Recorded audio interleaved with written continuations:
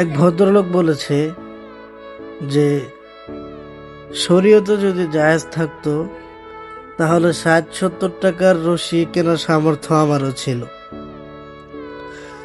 এক ভদ্রলোক বলেছে শরীয়তে যদি জায়েজ থাকতো তাহলে ৬০-৭০ টাকার রশি কেনার সামর্থ্য আমারও ছিল। আসলে আল্লাহ তাআলা তার প্রত্যেকটা বান্দাকে নিজ ইচ্ছায় দুনিয়াতে প্রেরণ করেছে, আবার তার নিজ ইচ্ছাই তার কাছে নিয়ে যাবে। তো আমি মনে করি এটা বলাও মহাপাপ যে নিজ ইচ্ছায় দেহ ত্যাগ করা, দুনিয়ার মায়া ত্যাগ করা। আসলে এটা যারা বলে তারা বোকা।